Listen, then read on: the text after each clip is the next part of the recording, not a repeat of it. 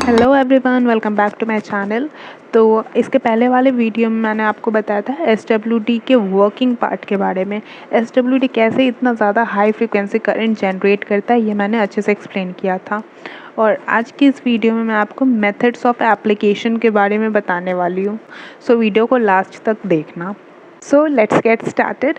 सबसे पहला पार्ट है हमारा मेथड्स ऑफ एप्लीकेशन। तो एसडब्ल्यूडी के मेथड ऑफ एप्लीकेशन के अंदर दो पार्ट है हमारा। पहला है कैपेसिटर फील्ड मेथड, इसको हम लोग कंडेंसर फील्ड मेथड भी कहते हैं, और दूसरा है केबल मेथड और इंडक्टोथर्मी। तो कैपेसिटर फील्ड मेथड में क्या होता है कि जैसे कोई भी टिश्यू हमें ट्रीट करना है, जैसे ये कोई टिश्यू है जो कि ट्रीट करना है, तो इसके आसपास में हम दोनों एसडब्ल्यूडी के इलेक्ट्रोड को लगा देते हैं। एसडब्ल्यूडी के इलेक्ट्रोड को टिश्यू के आसपास लगाएंगे, उस मेथड को कहते हैं कैपेसिटर फील्ड मेथड। इसके अंदर दो टाइप के इलेक्ट्रोड होते हैं, एक एयर स्पेस इलेक्ट्रोड और एक होता है पैड इलेक्ट्रोड। तो इस मेथड के लिए, कैपेसिटर फील्ड मेथड के लिए, हम कोई भी इलेक्ट्रोड को यूज़ कर सकते हैं। यहाँ पे ध्यान देने वाली एक बात होती है कि जब भी हम एसडब्ल्यूडी यूज़ कर रहे होते हैं तो उसके इलेक्ट्रोड्स को हम पेशेंट के स्किन पे डायरेक्टली नहीं यूज़ करते हैं, डायरेक्टली नहीं रखते हैं। उसके लिए हम एक इंसुलेटिंग मटेरियल का यूज़ करते हैं। तो नॉर्मली टॉवल को हम as a insulating material use करते हैं। तो टॉवल के ऊपर से इलेक्ट्रोड्स रखते हैं, जो कि टॉवल हमारा एक इंसुलेटिंग मटेरियल मीडियम की तरह यूज़ होता है, वहाँ पे हेल्प करता है। सो यहाँ पे जो एसडब्ल्यूडी के इलेक्ट्रोड्स होते हैं वो एक कैपेसिटर की तरह वर्क करता है यहाँ पे। और हमारा जो टिश्यू है जो ट्रीट हो रहा है, जिस टिश्यू को हम ट्रीट कर रहे हैं, उसके बीच में जो मैंने इंसुलेटर लगाया था, टॉवेल लगाया था, वो इंसुलेटिंग मटेरियल और टिश्यू मिलके डाई इलेक्ट्रिक कांस्टेंट बनाते हैं। तो ये था कैपेसिटर फील्ड मेथड के बारे में। अब देखते हैं हम केबल मेथड के बारे में। केबल मेथड में क्या होता है, जैसे कि नाम से पता चल रहा है यहाँ पे केबल यूज़ हो रहा होगा। तो यहाँ पे एक 11 मीटर का केबल होता है, जो कि जैसे किसी टिश्यू को ट्रीट करना है तो उस टिश्यू के चारों तरफ उसको रैप करके उस टिश्यू को ट्रीट किया जाता है। नेक्स्ट हम देखते हैं साइज़ ऑफ इलेक्ट्रोड्स, मतलब कि यहाँ पे कौन से साइज़ का इलेक्ट्रोड हमारे टिश्यू ट्रीटमेंट के लिए अच्छा होगा। कि अगर हम बहुत ज़्यादा बड़ा साइज़ का इलेक्ट्रोड यूज़ करते हैं या फिर बहुत छोटा साइज़ का इलेक्ट्रोड यूज़ करते हैं तो हमारे स्किन पे, हमारे ट्रीटमेंट एरिया पे क्या इफ़ेक्ट होगा। तो जनरली क्या होता है कि जैसे किसी टिश्यू को ट्रीट करना है तो उसके कंपैरिजन में इलेक्ट्रोड का साइज़ थोड़ा सा ज़्यादा बड़ा होना चाहिए। तो इससे क्या फ़ायदा होता है कि जो टिश्यू है उसको यूनिफॉर्म हीट मिलता है। तो यहाँ पे आप देख सकते हो कि ये जो ट्रीटेबल टिश्यू है, ये जो टिश्यू जिसको ट्रीटमेंट देना है, उससे थोड़ा सा बड़ा इलेक्ट्रोड का साइज़ है। तो यहाँ पे क्या होगा, जो वेव बनेगा वो टिश्यू के तरफ, अंदर की तरफ ये वेव बन के जाएगा इस तरीके से। तो अभी मैंने बताया था कि जो हमारा टिश्यू होता है वो एक डाई इलेक्ट्रिक कांस्टेंट की तरह काम करता है। और यहाँ पे क्या होता है कि हमारे टिश्यू का जो डाइलेक्ट्रिक कांस्टेंट है वो एयर के कंपैरिजन में ज़्यादा होता है। इसके कारण क्या होता है कि जब भी यहाँ इलेक्ट्रोड से वेव निकलती है तो ये टिश्यू की तरफ, अंदर की तरफ बेंड हो जाती है। कि जब हमारा इलेक्ट्रोड ट्रीटेबल टिश्यू से छोटा होगा तब क्या होगा। तो यहाँ पे क्या होता है कि जो भी हमारा इलेक्ट्रिक फील्ड बन रहा होता है वो टिश्यू को पूरा कवर करने के लिए स्प्रेड होने लगता है। तो इसका ये डिसएडवांटेज होता है कि जो टिश्यू होता है उसको सुपरफिशियल हीट मिलता है, यहाँ पे डीप हीट नहीं मिल पाता है। अब हम देखते हैं यहाँ पर कि टू लार्ज इलेक्ट्रोड, मतलब कि अगर हम टिश्यू के कंपैरिजन में बहुत ज़्यादा बड़ा इलेक्ट्रोड ले रहे हैं तब क्या होगा। तो अगर हम टिश्यू के कंपैरिजन में बहुत ज़्यादा बड़ा इलेक्ट्रोड ले रहे हैं तो टिश्यू को तो प्रॉपर हीट मिलेगा, लेकिन ये जो पेरिफेरी की जो साइड की जो भी एनर्जी होगी वो बिल्कुल वेस्ट जाएगा। ये है इसमें कि टिश्यू को एकदम प्रॉपर अमाउंट में एकदम एडिक्वेट हीट मिलेगा, लेकिन जो पेरिफेरी की जो हीट वेस्ट हो रही है ये एक ड्रॉबैक है इसका। तो अब हम देखते हैं कि अगर हम अनइवन इलेक्ट्रोड्स लेते हैं तब क्या होता है, मतलब कि एक बड़ा इलेक्ट्रोड, एक छोटा इलेक्ट्रोड लेंगे तो क्या होगा।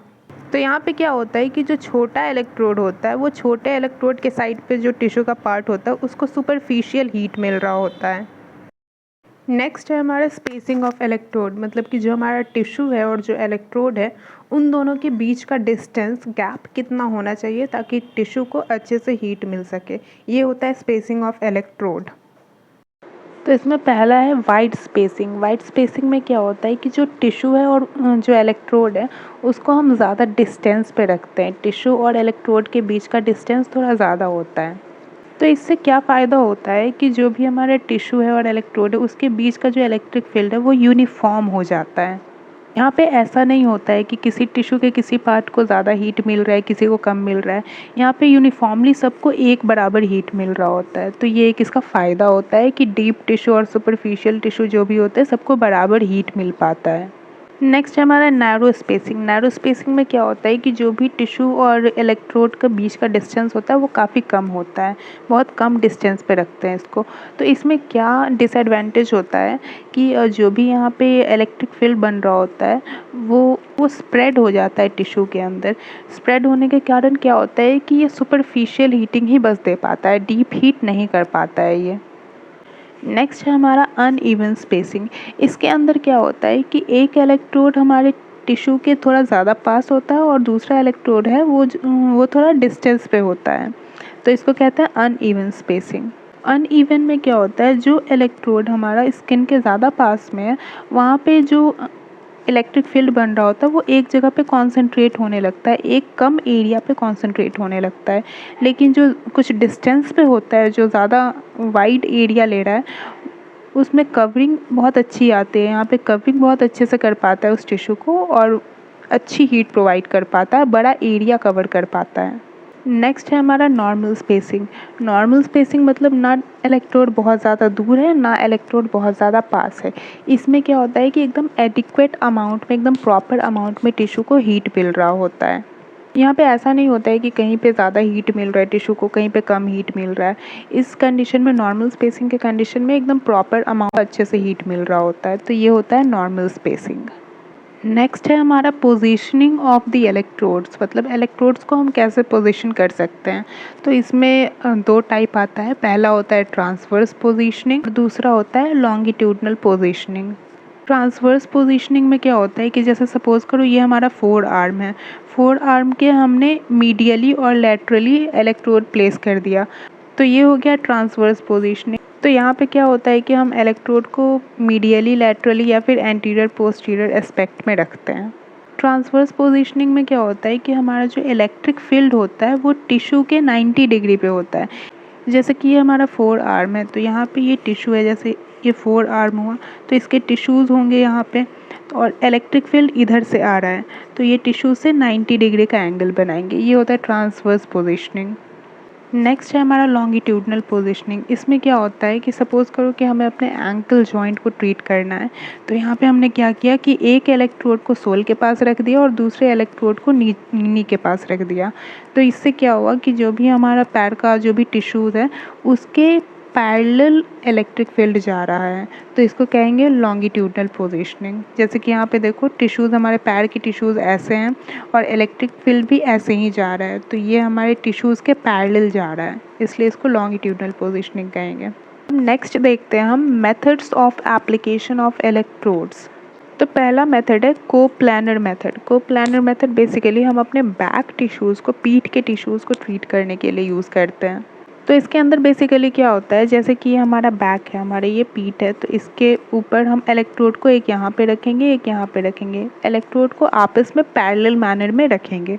कोप्लानर मेथड के अंदर में क्या होता है कि जो हमारी हीटिंग होती है वो डीप हीटिंग नहीं होती है, ये सुपरफिशियल हीटिंग होती है।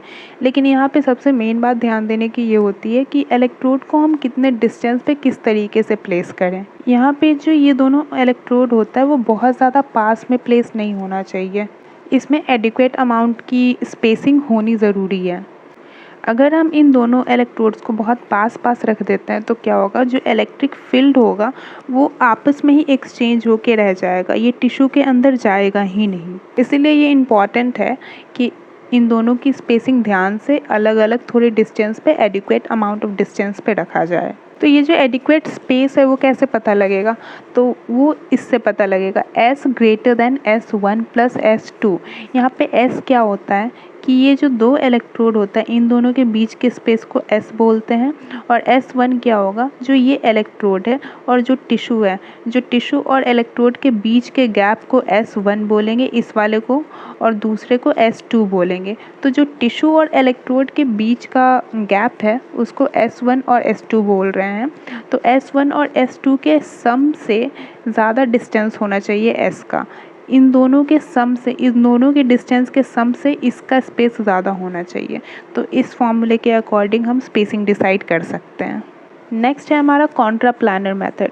कॉन्ट्रा प्लानर मेथड में क्या होता है कि जैसे सपोज करो ये हमारा टिश्यू है, तो इस टिश्यू के एक एंटीरियर एस्पेक्ट में इलेक्ट्रोड रख दिया और दूसरे इलेक्ट्रोड को पोस्टीरियर एस्पेक्ट में रख दिया। तो कॉन्ट्रा प्लानर मेथड में या तो एंटीरियर पोस्टीरियर एस्पेक्ट में रख सकते हैं या तो मीडियल या फिर लैटरल एस्पेक्ट पे भी रख सकते हैं। तो ये होता है कॉन्ट्रा प्लानर मेथड। नेक्स्ट है हमारा क्रॉस फायर मेथड। इसमें क्या होता है, जैसे कि सपोज करो ये हमारा कोई टिश्यू है, इस टिश्यू को हमें ट्रीट करना है क्रॉस फायर मेथड से। तो कैसे करेंगे, तो क्रॉस फायर मेथड में क्या होता है कि एक ही टिश्यू को चारों तरफ से हीट प्रोवाइड करते हैं। तो पहले क्या करेंगे कि पहले इस टिश्यू को मीडियल और लैटरल साइड से हीट प्रोवाइड कर देंगे, और जब ये हीट हो जाएगा तो फिर सेकेंड राउंड में पोस्टीरियर और एंटीरियर एस्पेक्ट से भी हीट प्रोवाइड करेंगे। तो इससे क्या होता है कि इससे ये जॉइंट, ये टिश्यू जो भी, ये जॉइंट या फिर टिश्यू जिसको भी हम हीट कर रहे हैं, उसको चारों तरफ से हीट प्रोवाइड हो जाता है, चारों तरफ से ये हीट अप हो जाता है। क्रॉस फायर मेथड ये नी जॉइंट के लिए या फिर साइनसेस को ट्रीट करने के लिए बहुत अच्छा मेथड होता है। नेक्स्ट है हमारा मोनोप्लानर मेथड। इस मेथड में क्या होता है कि हम एक ही इलेक्ट्रोड को यूज़ में लेते हैं टिश्यू को ट्रीट करने के लिए। सपोज़ करो कि जिस टिश्यू को ट्रीट करना है उस टिश्यू पे हम मेन इलेक्ट्रोड रखेंगे, और जो दूसरा इलेक्ट्रोड है या तो उसको यूज़ नहीं करेंगे या तो फिर उसको कहीं सर्वाइकल रीजन पे या फिर कहीं और किसी पार्ट पे रख देंगे। तो मोनोप्लानर मेथड का एक डिसएडवांटेज भी होता है, जैसे कि हम मोनोप्लानर मेथड यूज़ कर रहे हैं तो एक इलेक्ट्रोड को टिश्यू के ऊपर रखेंगे, तो वो जैसे जैसे हीट प्रोवाइड करेगा वो अंदर जाते हुए हीट अंदर जैसे जैसे जाएगा वो स्प्रेड होते जाता है टिश्यू में। तो इसके कारण क्या होता है कि सुपरफिशियल हीटिंग होती है। तो ये एक डिसएडवांटेज है मोनोप्लानर मेथड का कि ये सुपरफिशियल हीट प्रोवाइड करता है। तो ये सारा था कैपेसिटर मेथड के बारे में। अब देखते हैं केबल मेथड और इंडक्टोथर्मी के बारे में। ये क्या होता है, तो मैंने पहले आपको बताया कि केबल मेथड में केबल यूज़ होता है।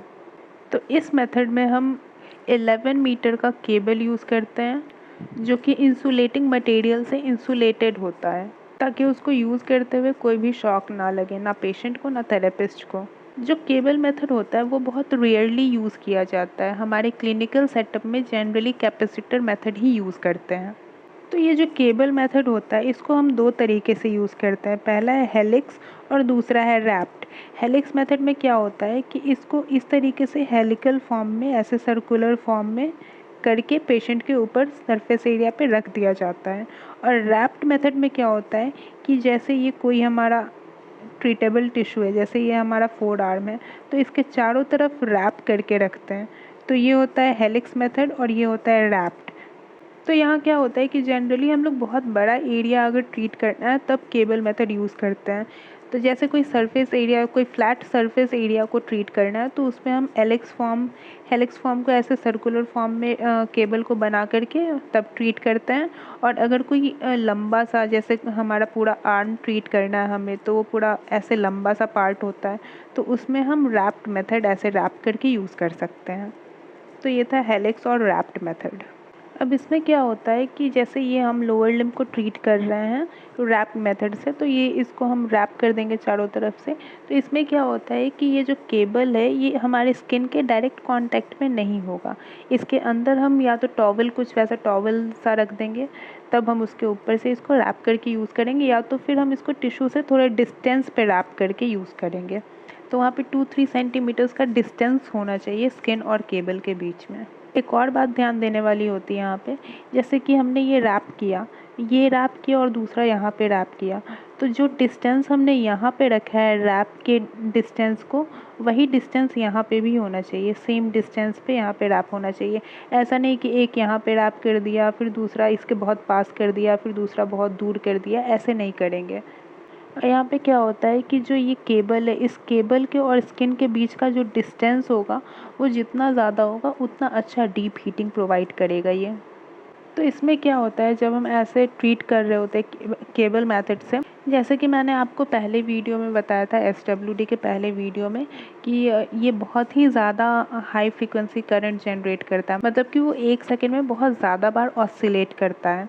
तो इससे क्या होता है, ये हाई फ्रिक्वेंसी होने के कारण जब इसमें करंट आ रहा होता है तो ये अंदर की तरफ ये जो मिडिल पार्ट होगा इसके तरफ यहाँ पे मैग्नेटिक फील्ड बनाने लगता है, और ये जो एंड्स होता है, जैसे ये एंड हो गया और दूसरा एंड ये हो गया केबल का, तो यहाँ पे इलेक्ट्रिक फील्ड बनाता है। तो यहाँ पे मैग्नेटिक फील्ड और यहाँ पे इलेक्ट्रिक फील्ड बनने के कारण क्या हुआ कि ये मैग्नेटिक फील्ड जो यहाँ पे होता है वो बार बार फ्लक्चुएट कर रहा होता है, तो उसके फ्लक्चुएशन के कारण क्या होता है, यहाँ पे एडी करंट बनने लगता है।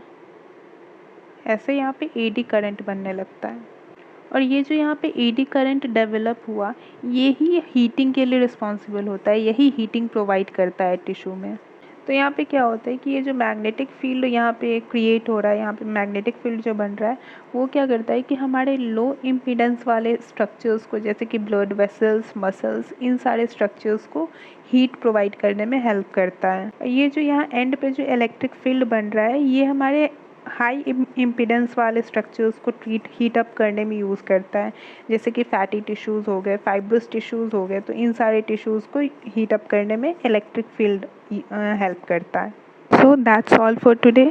अगर आपको कोई भी पार्ट समझ में नहीं आया हो तो प्लीज़ कमेंट डाउन, और नेक्स्ट पार्ट में I will be talking about physiological effect of SWD, indications and contraindications of SWD।